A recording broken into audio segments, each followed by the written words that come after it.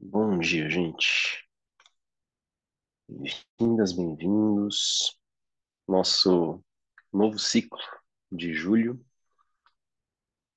que é um pouco diferente do que a gente vinha fazendo. Ele é um pouco diferente porque ele vai fazer com que a gente tenha uma relação, né, com a nossa própria condução, né, a nossa própria autonomia. E autonomia envolve muitas coisas dentro de uma prática. Autonomia envolve, assim, desde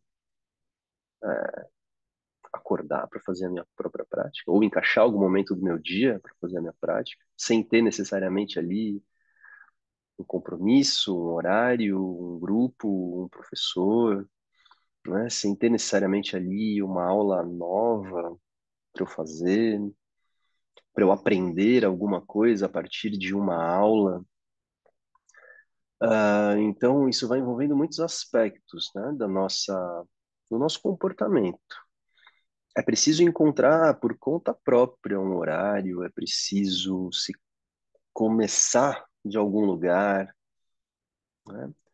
É preciso se automotivar, é preciso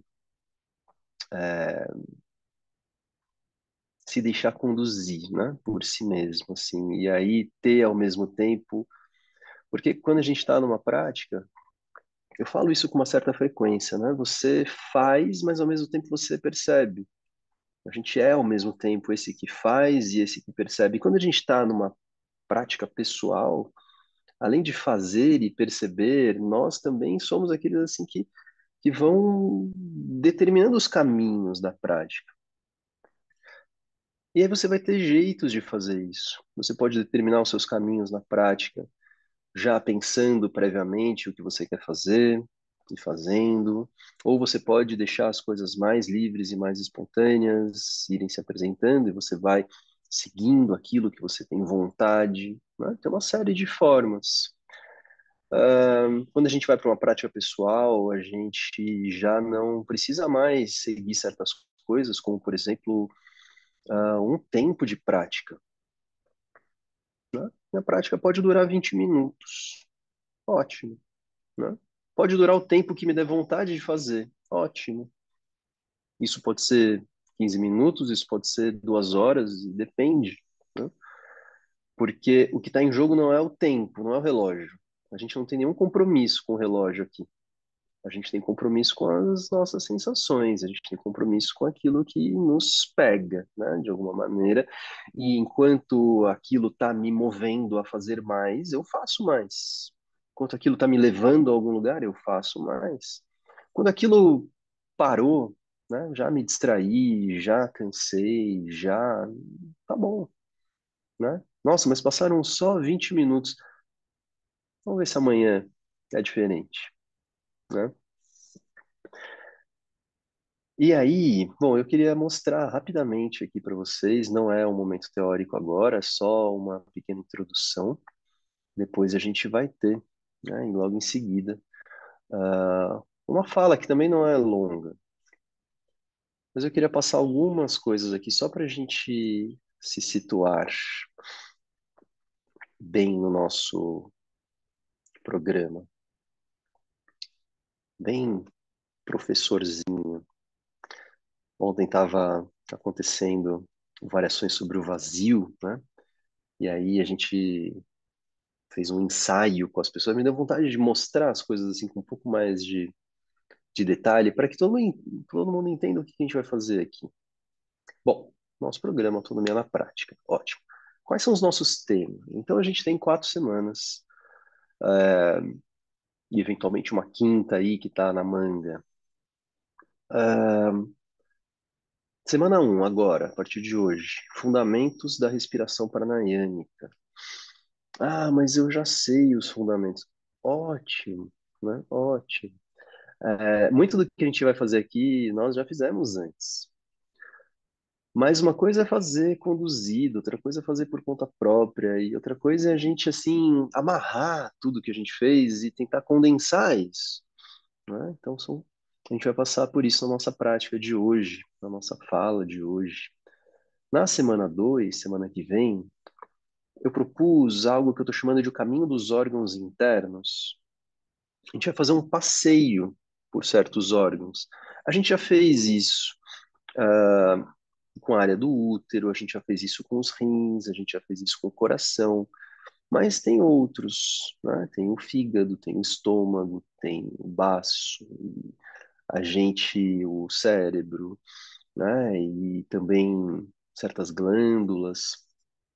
E aí a gente vai fazer um percurso com respirações que vão nos conduzindo, né, para certas partes do corpo, e isso tem um valor muito grande de um ponto de vista terapêutico, mas não só, né? Um valor muito grande também nesse ponto de vista assim da gente saber conduzir a nossa respiração, que não é o ar, né? Mas esse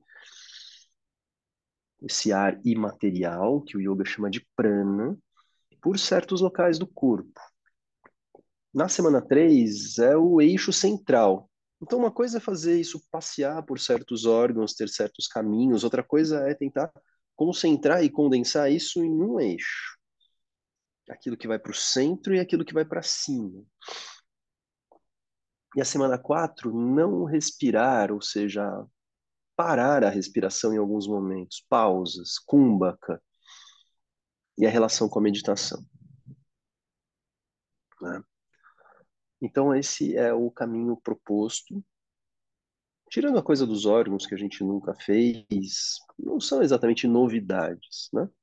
Mas talvez a forma da gente fazer e dar esse espaço para que isso seja feito por conta própria e depois a gente volta e conversa sobre isso, talvez seja a forma diferente. E aí, segunda e sexta a gente se encontra, prática das 7 às 8. Na segunda-feira, uma apresentação. Na sexta-feira, um encontro de relatos para a gente falar sobre como foi. Terça, quarta, quinta, tá aqui 7 horas, mas assim, enfim, né, qualquer horário que você quiser, você faz a sua prática. Pode fazer 2 vezes no dia, você pode, né, enfim. A coisa não é cumprir com um relógio, nem com um calendário, é um compromisso com a gente mesmo. Tá bom? Então, era só isso que eu queria mostrar agora. Depois, na próxima etapa, às 8, a gente fala dos fundamentos. Primeiro a gente pratica antes de ir olhar para a teoria. Muito bem, gente. Então, muito bem-vindos a quem está vindo aqui nessa semana aberta, né? Está aberto aqui para quem quiser vir conhecer, né? Ah,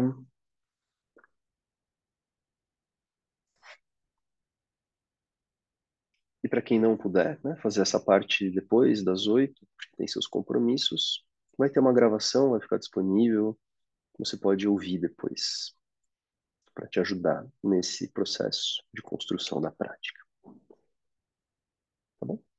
Vamos. Então, a gente tem começado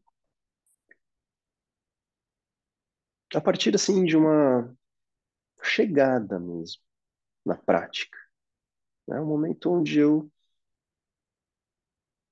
me assento, percebo o meu corpo,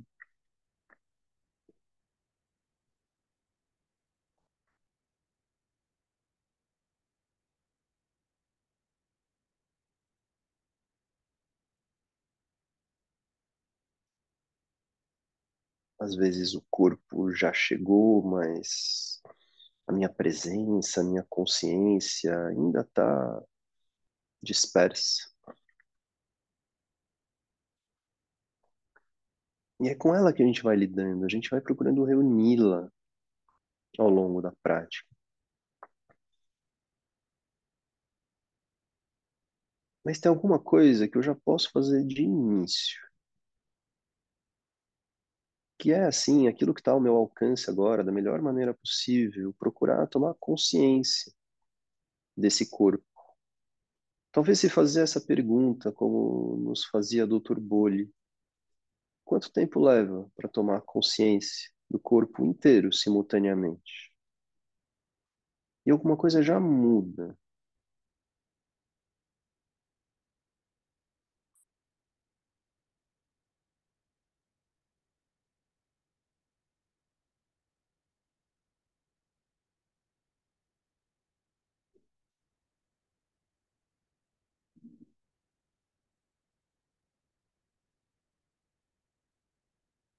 E fazemos nosso mantra, que você pode fazer também, se você quiser, quando você for fazer sua prática.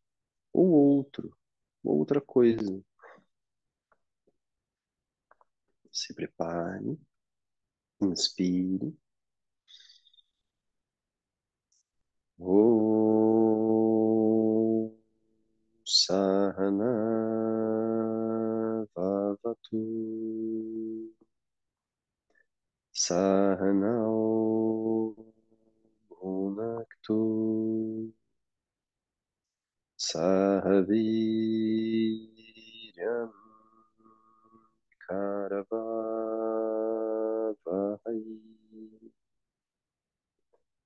Tejasvinavadhitamastu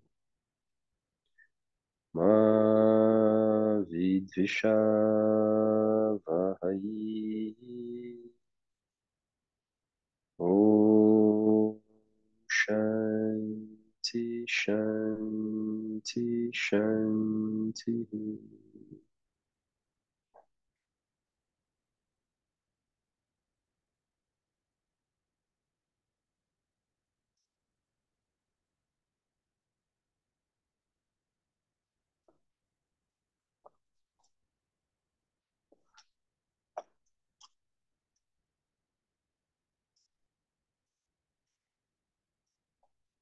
Muito bem. Então, a gente começa com uma espécie de preparação, né? Uma espécie de preparação. Isso pode ser de muitas maneiras. Você vai vendo aquilo que mais te dá vontade, né? Você pode começar de muitas formas. Eu vou propor algumas coisas hoje, você depois vê qual é o seu jeito. Apoia os pés no chão, os pés bem separados, os joelhos ficam bem separados, as mãos se apoiam no chão atrás do quadril. E começa a fazer movimentos, levando os seus joelhos para um lado e para o outro.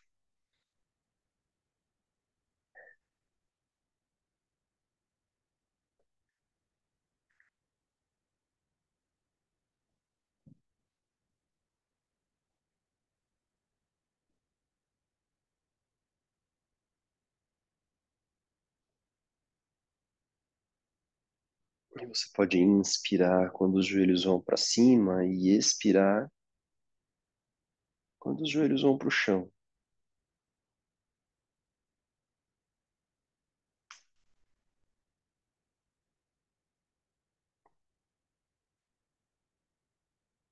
E vai soltando essas articulações das coxas com o quadril,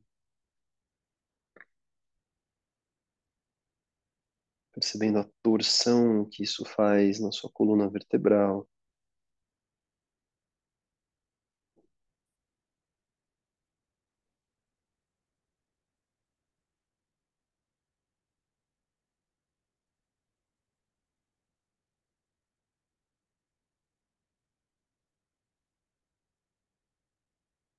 Quando você voltar ao meio da próxima vez, para, estende as pernas lá para frente e aponta os dedos bem para frente, os dedos dos pés, alonga o peito dos pés e depois você aponta os dedos bem para trás e os calcanhares lá para frente, tentando alongar a parte de trás das pernas.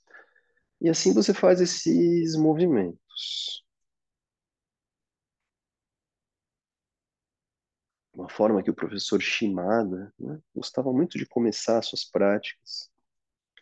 Ele dizia assim: não menospreze, né, a importância de práticas simples. Esse simples movimento feito com consciência pode ter um valor muito grande, estabelecendo circulação das pernas, né? Então, assim como a gente vai estar falando dos princípios da respiração pranayâmica, dos seus fundamentos, isso significa que a gente vai ter que ficar sentados um tempo. Então, eu preciso encontrar condições para me sentar.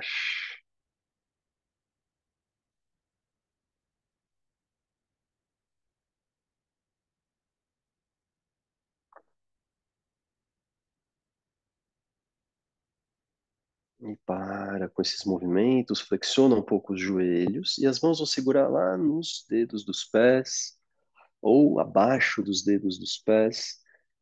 E aí você vai tentar estender uma perna, mantendo a outra flexionada, volta, estende a outra. Então, de uma forma um pouco mais dinâmica, a gente vai trabalhando com esse alongamento posterior das pernas.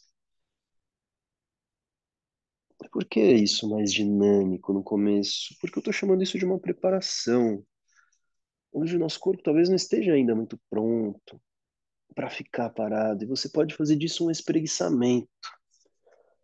Não só imitar um espreguiçamento, mas se espreguiçar mesmo enquanto vai fazer.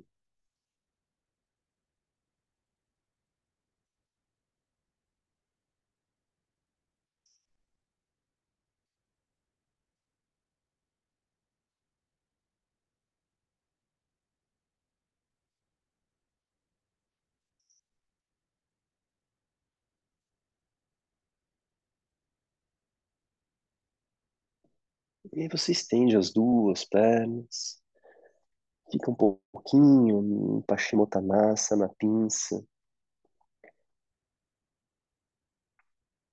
E aqui você começa a procurar não só o alongamento das pernas, mas também o alongamento dessa parte posterior do tronco, das costas, a parte de trás da coluna.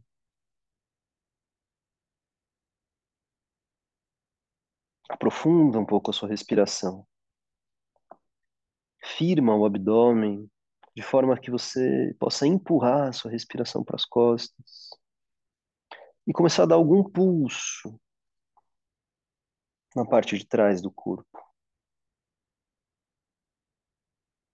Uma das formas da gente se preparar é procurar levar a respiração para diferentes partes do corpo. Isso os asanas nos trazem. Né? Eu estou empurrando a minha respiração, eu estou conduzindo a minha respiração para que ela pulse a parte de trás do meu corpo.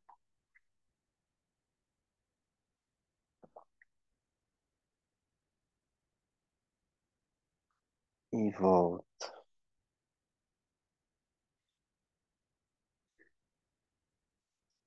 Passamos para o gato.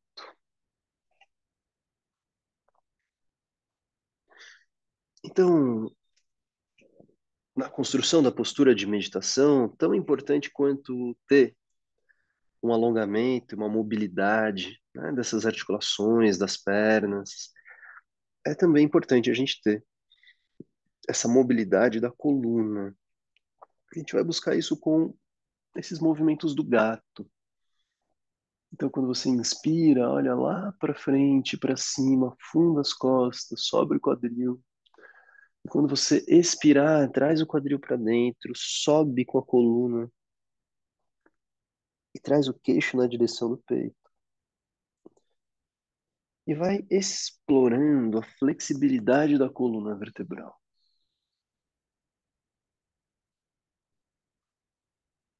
Vai articulando os movimentos da sua coluna.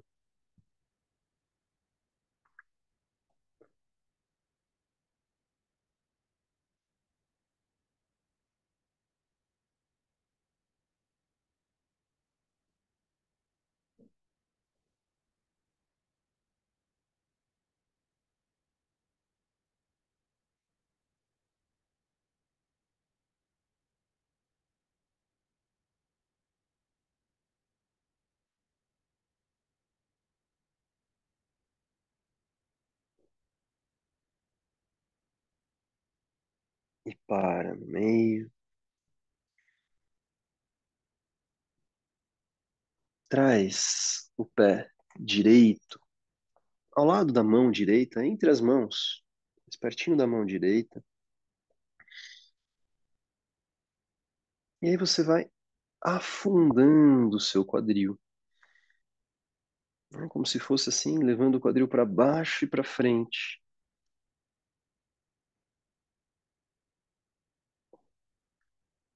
Explorando o alongamento da musculatura iliopsoas, né? Especialmente dessa perna que está para trás ali, o joelho no chão. Mas ao mesmo tempo que você vai afundando o quadril, você tenta também crescer com a coluna, distanciar o topo da cabeça do quadril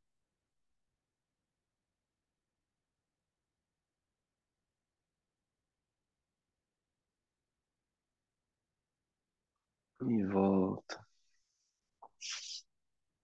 troca a posição das pernas.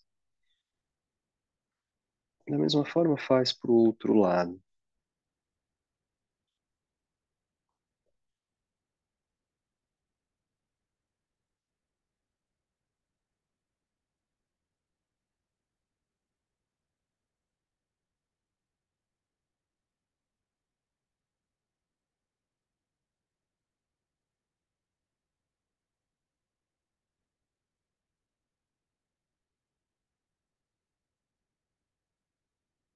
E volta.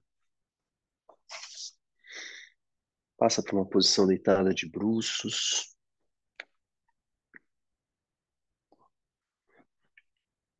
E aqui a gente faz a esfinge, apoiando os cotovelos no chão. Os cotovelos empurram o chão e cresce com o topo da cabeça lá para o teto. Empurra o pubis contra o chão, os cotovelos contra o chão, o topo das coxas, o peito dos pés, tudo isso te empurra.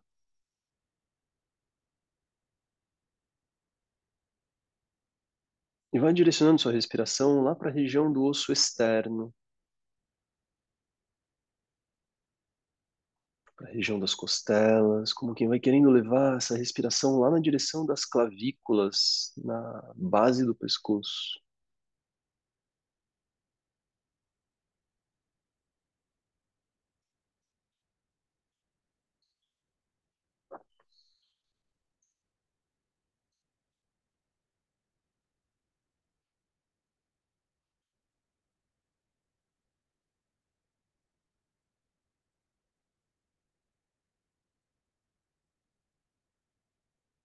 E volta. Empurra o chão com as mãos, senta nos calcanhares em balasana.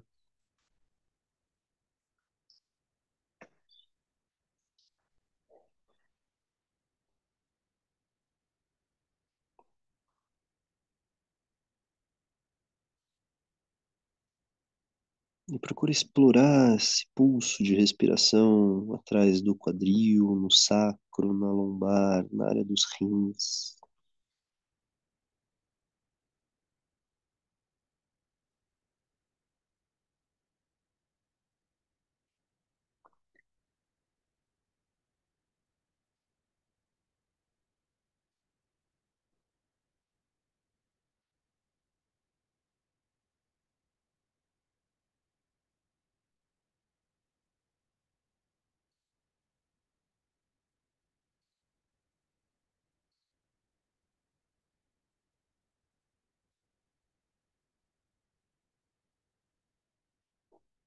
E volta.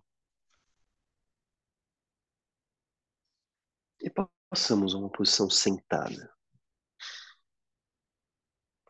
Então a gente poderia fazer muitas coisas, muitas preparações, muitas posturas, muitos movimentos. E isso está tudo aí, né, à sua disposição e você faz como você achar melhor na sua prática.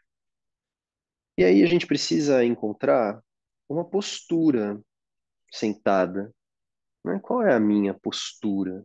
Qual é a minha posição? E aí talvez seja interessante explorar algumas posições das pernas, experimentar algumas coisas, né? Talvez a forma mais simples, Sukhasana. Sukha é fácil, né? Simplesmente cruzar as pernas. ver se isso é uma boa posição. E às vezes experimentar trocar de lado, né? Cruzar de um jeito e depois cruzar do outro. Faz diferença, né? Mas uma forma que eu tenho tentado, né, transmitir para algumas pessoas, tem me parecido uma boa forma de se sentar, é em Siddhasana, uma simplificação de Siddhasana. Então, uma perna se flexiona e você traz o calcanhar perto do períneo, né? E depois você vem flexionando a outra à frente dessas, as pernas não se cruzam e os tornozelos ficam mais ou menos numa mesma linha, mais ou menos, né? Tentando deixar os joelhos baixos. E o que que acontece se em nenhuma dessas posições, nem em Sukhasana, nem em Siddhasana, nem em Meia Lótus, né? O que que acontece se os meus joelhos ficam altos e eu percebo que a minha coluna ela já parte arredondada lá para trás? Eu não vou poder fazer pranayama nessa condição, né? Então, se a melhor forma que eu consigo sentar no chão mantém ou cria uma curvatura antinatural na minha coluna, né? E a lombar ela é empurrada lá para trás e eu não consigo manter a coluna ereta, ou para manter a coluna ereta me exige muito esforço, eu vou ter que criar alguma adaptação, né? Então isso é muito importante. Se eu sento com a coluna arredondada, eu posso experimentar sentar sobre uma superfície mais alta, como uma almofada, por exemplo. E aí isso vai me ajudar muito a manter as curvaturas naturais da coluna e a descer os joelhos. Então você vai ter que ter aí alguma coisa onde você possa encontrar o que que você, onde você se sente. Pode ser um cobertor dobrado, pode ser uma almofada que não seja muito mole, pode ser um bloco, pode ser alguma coisa que te suba, pode ser livros que você coloca um em cima do outro, né? Mas se mesmo assim não funciona ou funciona por um tempo, aí eu vou procurar sentar numa cadeira ou num banco, onde eu mantenho os pés apoiados no chão, os joelhos separados, então eu não deixo os joelhos juntinhos, os joelhos bem separados, os pés apoiados no chão. E as costas você não apoia em nenhum encosto, nem para frente na cadeira, ou usa um banco. E aí você faz aqui, porque o que nos interessa são os fundamentos da respiração pranayâmica. A postura sentada é alguma coisa que está assim em segundo plano em relação a isso, tá bom? Então, encontrar a forma, a posição das pernas e os apoios, os encaixes é importante. A nossa postura tem que estar ereta para que a respiração possa acontecer bem. Porque se eu tiver com a coluna curva, isso vai produzir compressão nos órgãos, isso vai produzir um movimento com pouca liberdade do diafragma, né? Tudo isso é significativo. Então, encontrando a sua postura,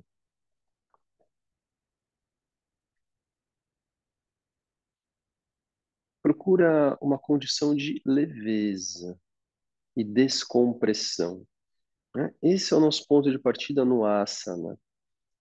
Encontrar uma forma onde eu sinta que a minha coluna não fica comprimida, achatada, apertada.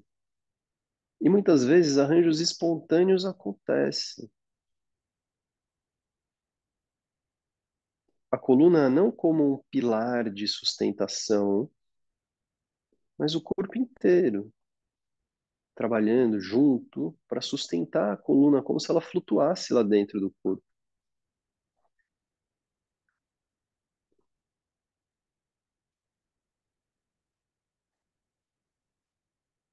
Aí começam a acontecer algumas coisas.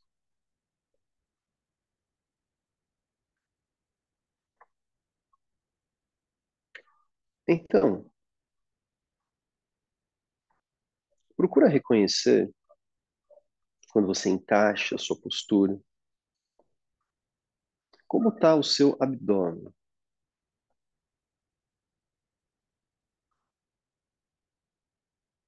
Tenta perceber mesmo. Se você sente o seu abdômen frouxo, se sente o seu abdômen rígido, se sente o abdômen engajado e participando da postura ou alheio,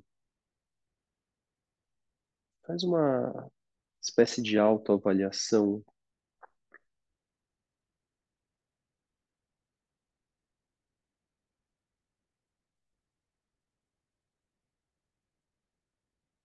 E o abdômen tem uma função importante,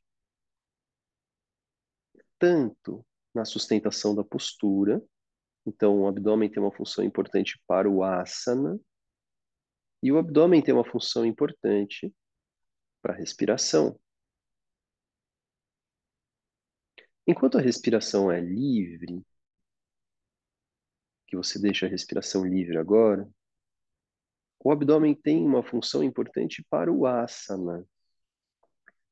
Ou seja, sempre que a gente vai manter a nossa coluna ereta, seja sentado, seja em pé, o nosso abdômen ele deve estar firme, ativo. Isso não quer dizer rígido, contraído, como se você fosse fazer um abdominal, né? Ou como se alguém fosse te empurrar pelo abdômen. Não, é uma firmeza que vem lá por dentro, não só nos reto-abdominais aqui na frente, mas nos transversos lá por dentro, nos oblíquos, né? Toda essa cinta abdominal, especialmente na parte abaixo do umbigo.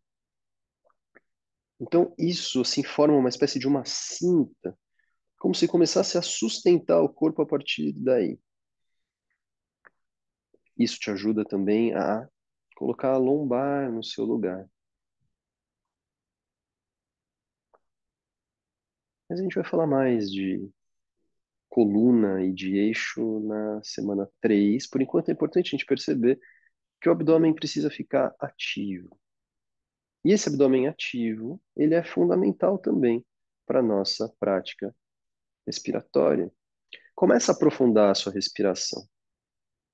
E a gente já começa a entrar em certos princípios da respiração pranayama, né? Começa a entrar em certos fundamentos, que é o papel do abdômen na respiração e é o papel do tórax na respiração.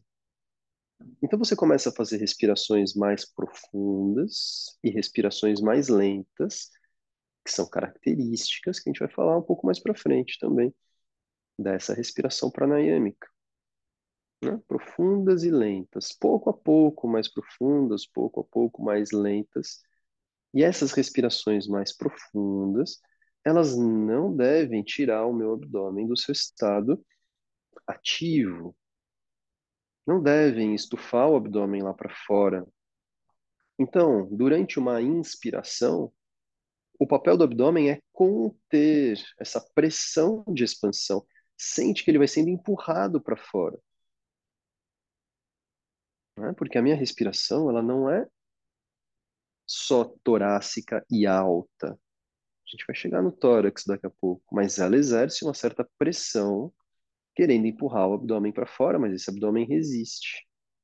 Então fica nessa interação da respiração profunda, nessa espécie de pressão entre alguma coisa que empurra esse abdômen para fora e o abdômen que resiste. Não se deixa ser empurrado para fora.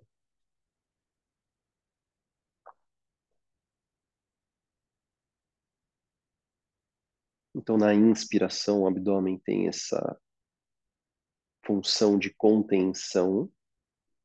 Na expiração, o abdômen começa desde o início a ser recolhido, recrutado. Então, na expiração, ele vai entrando mais, ele vai se ativando mais, ele vai se contraindo mais. desde o começo, desde baixo, até o final da expiração, onde o abdômen está bem recolhido lá para dentro. E aí, como é que faz para começar uma inspiração se o abdômen está tão recolhido lá para dentro? Eu deixo ele voltar até sua posição neutra. Então, o começo da inspiração é um retorno do abdômen até sua posição normal, e a partir daí eu não deixo ele se expandir mais. A partir daí eu contenho as pressões de expansão. E na expiração, desde o início, o abdômen vem sendo recrutado, recolhido lá de baixo, fazendo com que a expiração seja ascendente. Uma força que vem empurrando de baixo, né, para dentro e para cima, empurrando o diafragma para cima. E assim o meu corpo não desaba com a respiração, mas a respiração vai ajudando a construir essa força de sustentação firme, ascendente. Né? Então, acompanhe um pouco esses movimentos do abdômen, essas pressões internas, essas tensões. Como é o abdômen durante uma inspiração e a sensação de pressão? Como é o abdômen durante a expiração?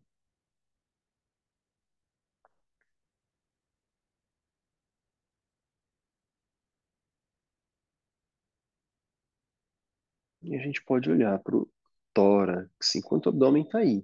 Tá? As suas respirações são profundas, são longas, são lentas, o abdômen agindo dessa forma como a gente falou. E aí vem para o tórax. Então, se o abdômen não vai se expandir na inspiração, para que a inspiração seja ampla e profunda, é preciso que ela seja torácica, ou seja, pulmonar. Né? E para isso eu expando a minha caixa torácica o máximo que eu puder das costelas baixas, na direção das costelas mais altas, lá perto das clavículas. E é justamente a pressão e a firmeza do abdômen que vai me ajudar a subir com a expansão torácica. Então experimenta isso. Ao mesmo tempo você tem uma firmeza abdominal ali, te sustentando, para poder expandir tridimensionalmente essas costelas, inseridas no externo, osso externo, na frente do peito, inseridas na coluna, lá atrás, nas costas. Costelas baixas, mais móveis, um pouco mais soltas, costelas altas, mais fixas e mais rígidas.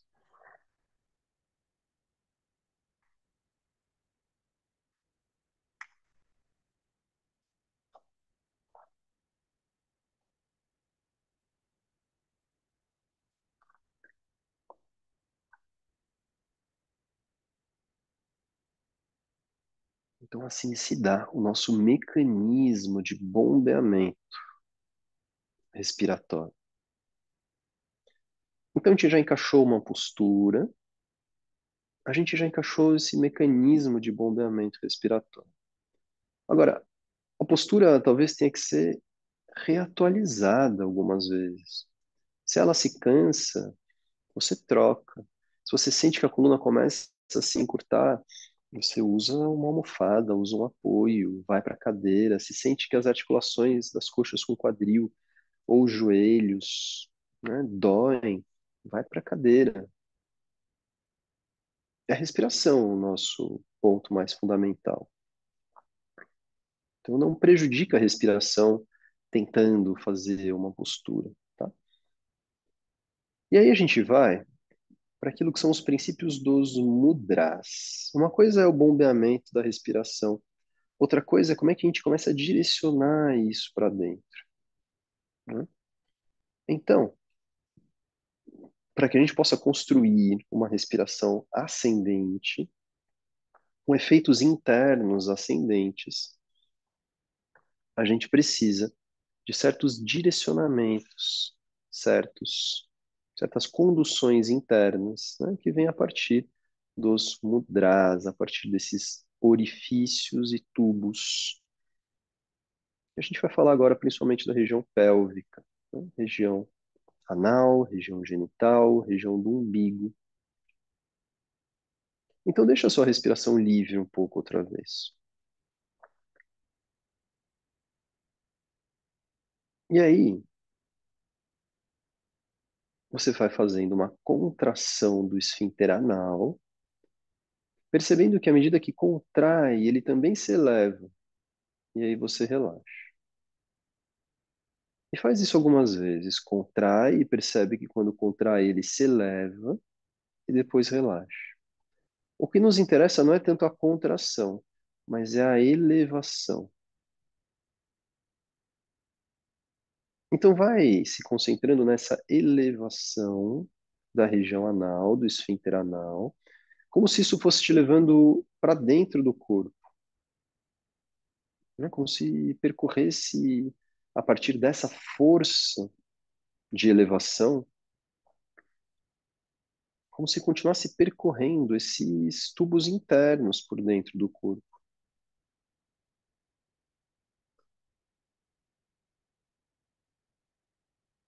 até o momento onde você para numa espécie de tensão intermediária que você possa sustentar. Então tem uma pequena puxada para cima. E talvez isso tenha até mesmo um efeito físico. Talvez isso traga algum tipo de encaixe para a postura.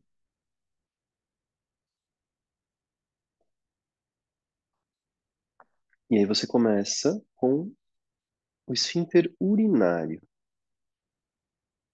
como se fosse cortar o xixi e relaxar, né? Então contrai e relaxa. E vai percebendo que a mesma coisa acontece. E quando você contrai, você puxa o canal da uretra para cima. Quando relaxa, ele volta. E o que nos interessa não é tanto a contração que corta, mas é o efeito de contração que puxa. Até o ponto da gente tentar, tanto na região anal quanto na região da uretra, fazer a puxada sem apertar, sem interromper nenhum tipo de fluxo, né? A gente quer deixar esses canais abertos e puxar.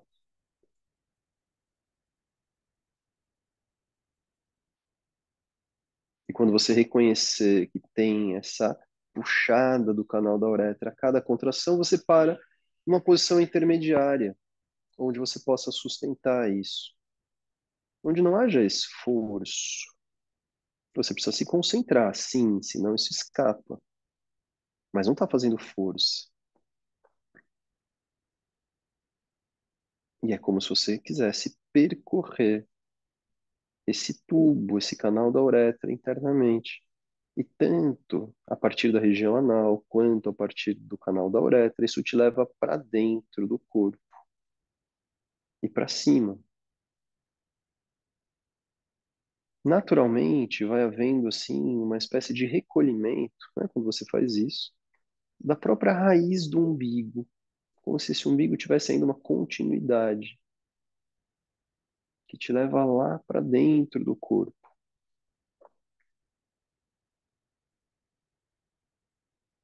E talvez esse acionamento, né, desses orifícios, tubos internos, tragam assim uma outra densidade, uma outra relação para a percepção interna do abdômen, como firmeza e como direcionador de um fluxo respiratório, né? Então, esses princípios dos mudras, região anal, genital, umbigo, vão constituindo uma espécie de firmeza interna, mas ao mesmo tempo dando uma direção ascendente, como se eu estivesse o tempo inteiro sugando alguma coisa a partir desses orifícios. Começa de novo a aprofundar a sua respiração. Não perde essa pequena tensão onde você puxa o esfíncter anal, onde você puxa o canal da uretra, onde você puxa a raiz do umbigo. Então isso não se desfaz, é como se você estivesse querendo percorrer esses tubos internos o tempo inteiro e vai aprofundando a sua respiração. Então as inspirações vão se tornando mais torácicas, mantendo o abdômen sob controle. E as expirações, elas partem de uma contração do abdômen desde o início, desde lá de baixo, empurrando o diafragma para cima. E eu não faço força para fechar as costelas. As costelas ficam sempre um pouco mais expandidas.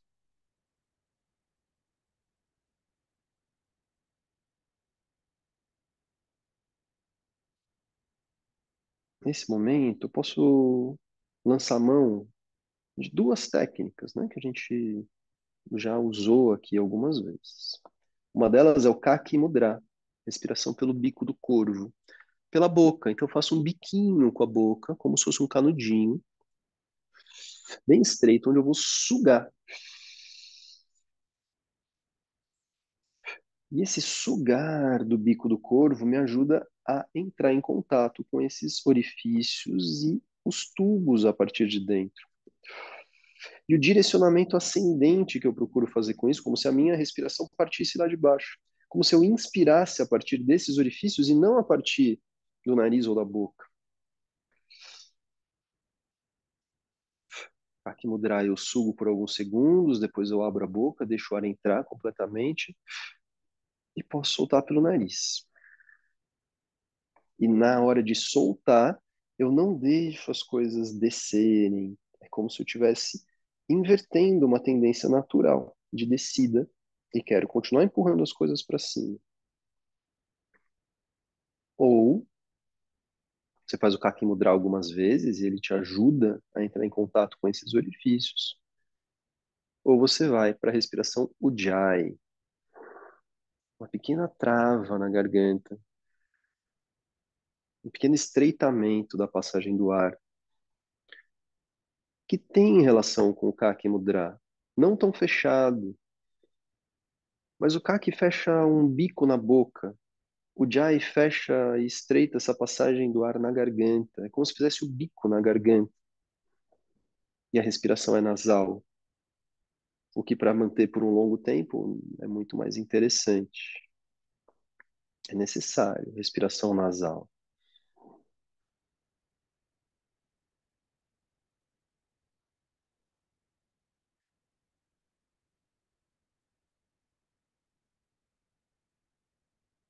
Então eu vou procurando encontrar uma proporção. Primeiro, eu vou tentar encontrar uma proporção de 1 para 1. Ou seja, ao mesmo tempo que eu levo para inspirar, eu levo para expirar. Então, conta o tempo que você leva para inspirar e solta o ar nesse mesmo tempo.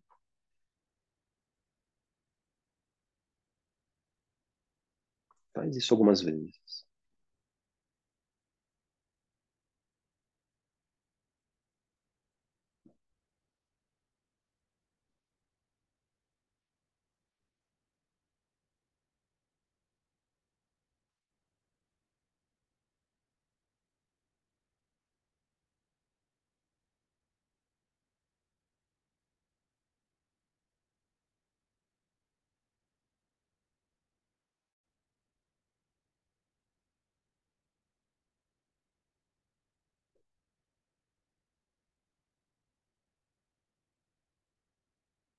Então, a gente vai procurando estabelecer uma outra proporção, que é a proporção recomendada na maior parte dos textos clássicos do Hatha Yoga. Por enquanto, sem a pausa ainda, mas é um tempo para inspirar e o dobro do tempo para expirar. Então, vê se você pode continuar inspirando nesse mesmo tempo e soltar o ar no dobro.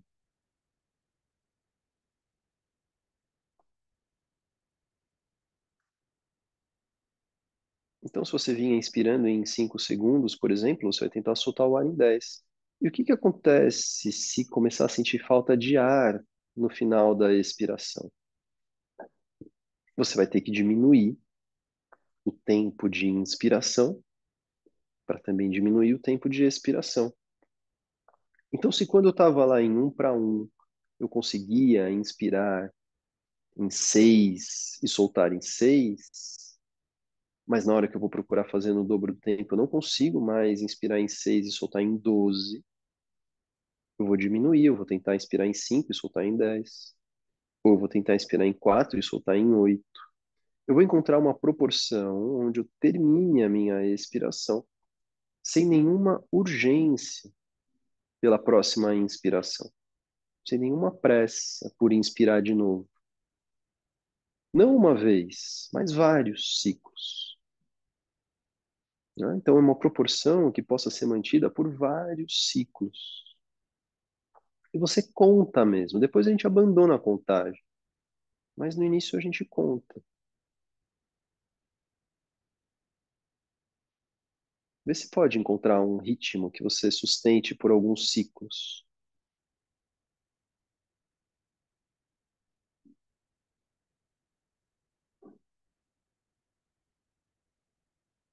Não perde de vista a firmeza do abdômen, contendo uma pressão de inspiração. Traz a sua inspiração para que ela seja ampla e torácica.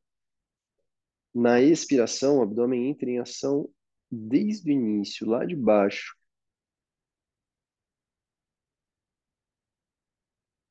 E se essa relação com o abdômen vai ficando mais nítida, você vai envolvendo os tubos e orifícios pélvicos.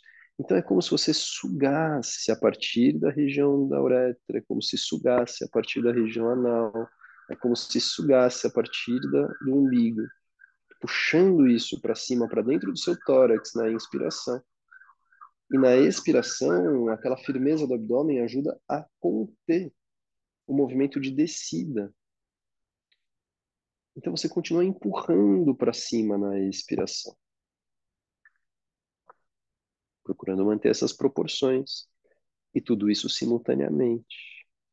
E tudo isso da maneira mais orgânica possível.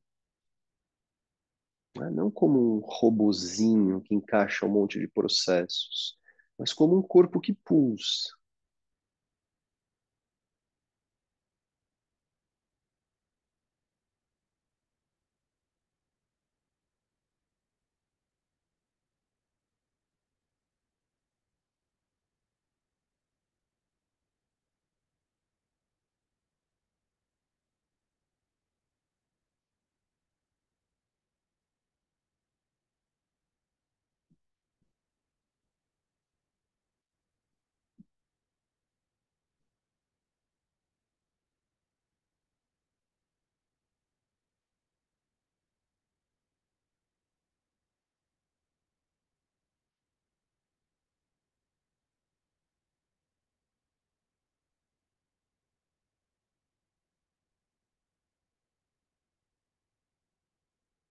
E se você for encontrando uma proporção que é ao mesmo tempo, de certa forma, desafiadora, você sente que a sua respiração está profunda, ampla, mas você não chega a sentir falta de ar, né? Isso não te causa urgências pela respiração.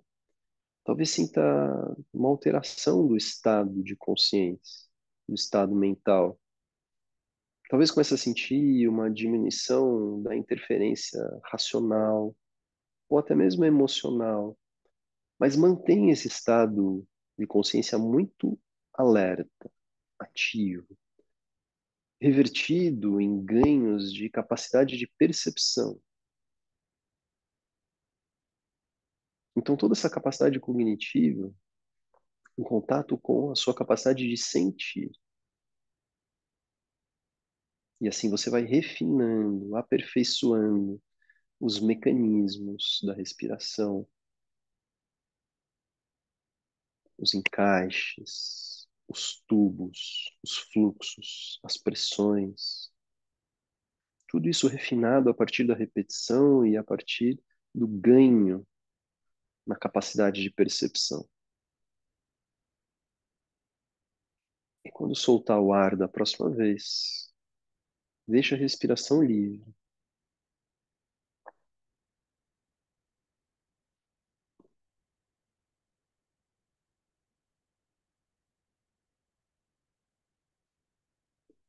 O asana não se desmonta. Você para com esse bombeamento respiratório, mas o asana continua aí. O abdômen continua ativo.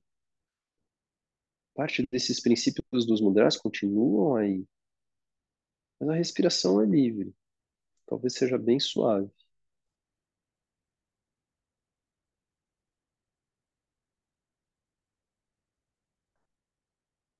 Percebe o seu estado de consciência.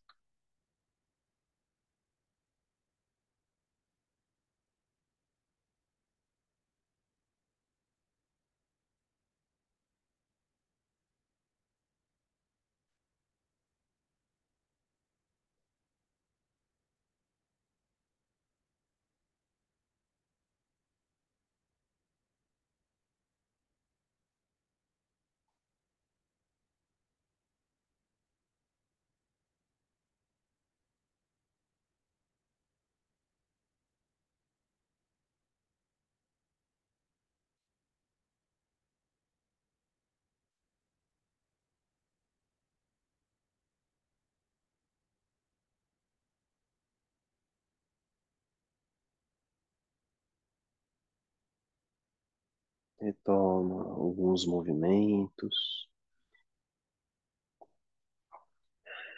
Na sua própria prática, você prolonga esse tempo pós pranayama, né? O quanto você tiver vontade de fazer.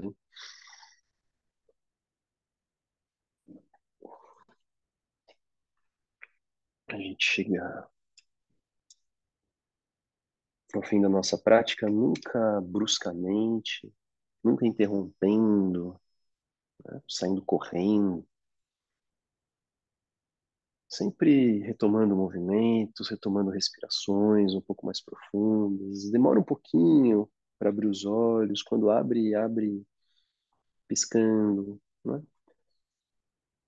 Então tem uma forma também de sair da prática, porque se a gente leva um tempo, né, para entrar nesse determinado estado, a gente também precisa levar um certo tempo para sair, começar a olhar as coisas em volta outra vez, começar a interagir com esse ambiente, com as coisas que estão acontecendo aí em volta, e aí você vai voltando.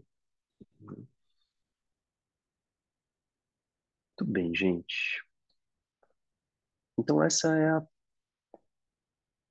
prática que eu fui conduzindo, passando pelos pontos mais importantes da construção dessa respiração pranayâmica. Quando você for fazer a sua própria prática, não precisa ser assim, né?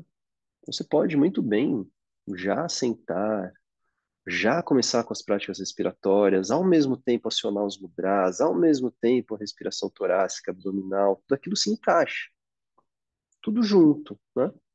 Você vai percebendo que na sua própria prática, naquilo que você faz por sua própria conta, muitas coisas acontecem simultaneamente.